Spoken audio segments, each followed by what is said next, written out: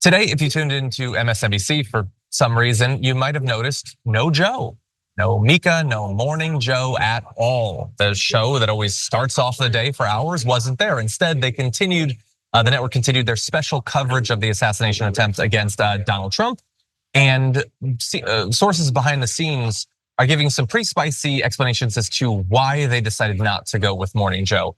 One person familiar with the matter told CNN that the decision was made to avoid a scenario in which one of the show's stable of 24 plus guests might make an inappropriate comment on live television that could be used to assail the program and network as a whole. So apparently the chairman of NBC Universal News Group and the president of MSNBC, as well as Joe Scarborough and Mika Brzezinski, were involved in this. So initially when the reporting was coming out, it seemed like they believed that maybe Joe or Mika would make the comment. Now they're saying it's one of the other guests, theoretically, that might be a bit more of a wild card. But they put out a statement saying, given the gravity and complexity of this unfolding story, NBC News Now, and MSNBC have remained in rolling breaking news coverage since Saturday evening. As we continue to cover this story into the week, the networks will continue to cross simulcast, alternating between NBC News Now, and MSNBC reports. So there's one news feed covering this developing situation. That is intended to imply that no, it's just part of an overall strategy rather than trying to avoid a damaging incident happening. But again, a person with knowledge of the situation disagrees. So I'm curious, since you obviously have much more personal experience with MSNBC, what do you make of this decision and who you believe in? Thanks for watching. Our audience has helped build TYT into the media giant it is today. Together, we can accomplish anything. Support our work and join us at tyt.com/team. So I'm sure that they pulled him because they were worried that they were going to say something that would be perceived very negatively, right? So I believe that that's why they pulled him. I don't have any doubt about that, especially if you've got someone internally leaking to CNN that that's why they did it. That's why they did it.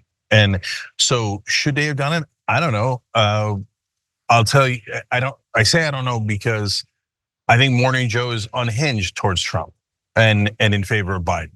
So I say that as a guy who has criticized Trump in every imaginable way, right? But I wasn't happy that someone tried to shoot him. I thought that's crazy, terrible, awful. Political violence is the worst thing in the world. It spreads like wildfire, and it should never happen to anyone, let alone the implications that it has afterwards, right? So it's a bad idea in 2,000 different ways. I assume that the Morning Joe team would have said that because they're not wild-eyed radical in that direction normally, but they hate Trump so much. I mean, that whole thing about TDS, Trump derangement syndrome, I don't know, that's to say that that's overhyped is an understatement because they're all like, anytime you criticize Trump, Trump derangement syndrome. Yeah, that's convenient, right? But if anyone has it, it's Joe Scarborough and Mika Brzezinski.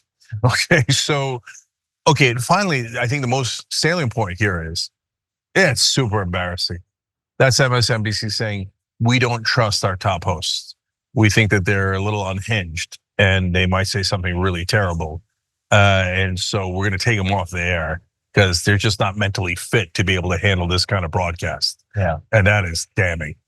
Yeah, I agree with almost everything you said. The only thing I might agree more is maybe Olbermann more for the derangement syndrome. Oh, yeah. Possibly. Yeah. But yeah, look, we often compare ourselves to the mainstream news, and they're only 1,000 times more reputable than us because we're just chuckleheads and clowns on YouTube. But we can broadcast without making violent threats against presidents.